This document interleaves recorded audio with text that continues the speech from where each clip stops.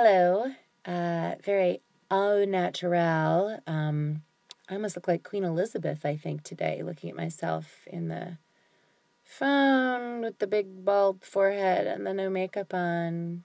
Cool, but this is voice, even though I'm on camera doing it. Terry Clark Linden here, and this is my free lesson 10, which I've already put up on my blog, terrysblog.com. And I'm going to focus today on punctuation. Do I speak in front of a microphone? Punctuation. There we go. Diction. Going to focus on punctuation in scripts and how you can play around with it a little bit, little technique at the microphone. So I'm going to be reading from my Spring into Voiceover workbook that I used with my Beginning Basics workshop with students starting out. And here we go.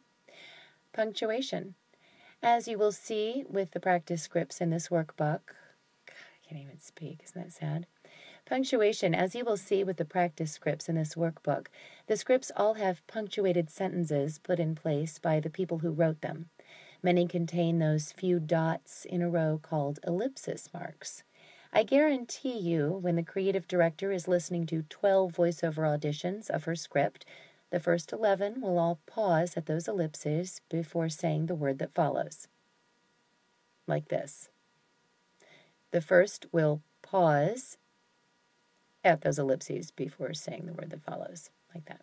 Punctuation is the way the creative directors on these commercial scripts I'm talking about try to convey what they are feeling when writing their spots.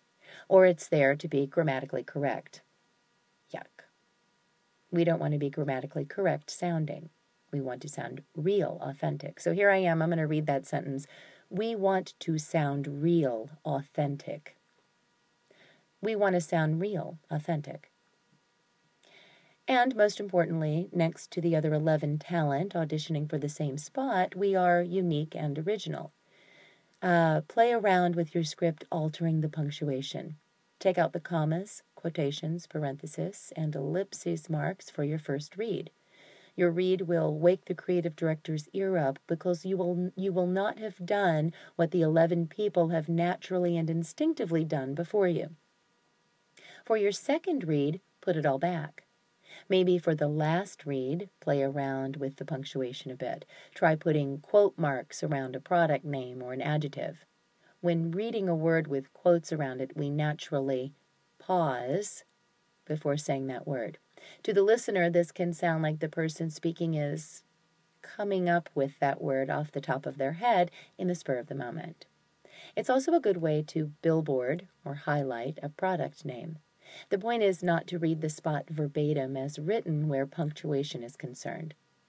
Now, punctuation is one thing. The actual words are another.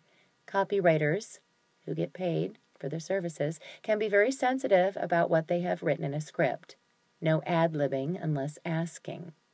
If in a session, always ask if you can play around with the wording or try adding something before doing it. It's professional protocol, which I've talked about in previous lessons. Punctuation is different because the client does not see your marked up script and you are not changing their words and meaning, only how you say something to elicit effect. Sometimes adding a word can help you get into a sentence and have that sentence sound different than from the 20 other times you have recorded it. Where are my pants?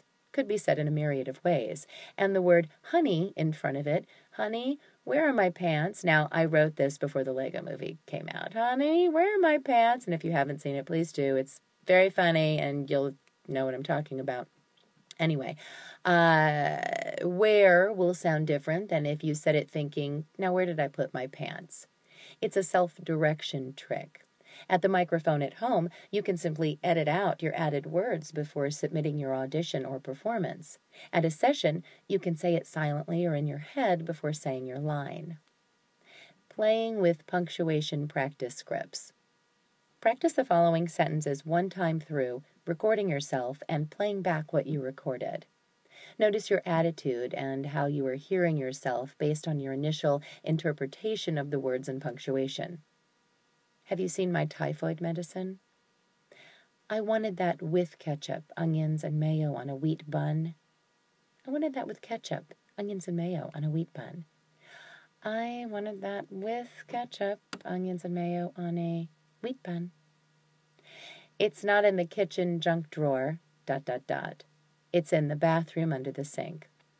Now, second time through, change at least one punctuation mark or add a word at the beginning of the sentence and record it that way. When playing back, notice the difference in your meaning. Example may be, honey, ... Have you seen my typhoid medicine? Or, I wanted that with ketchup, ... onions, ... and mayo on a wheat bun. It's not in the kitchen junk drawer, period. It's in the bathroom under the sink. And there you go. Thanks for watching, and I hope I've helped, and I will hopefully see you around. Bye.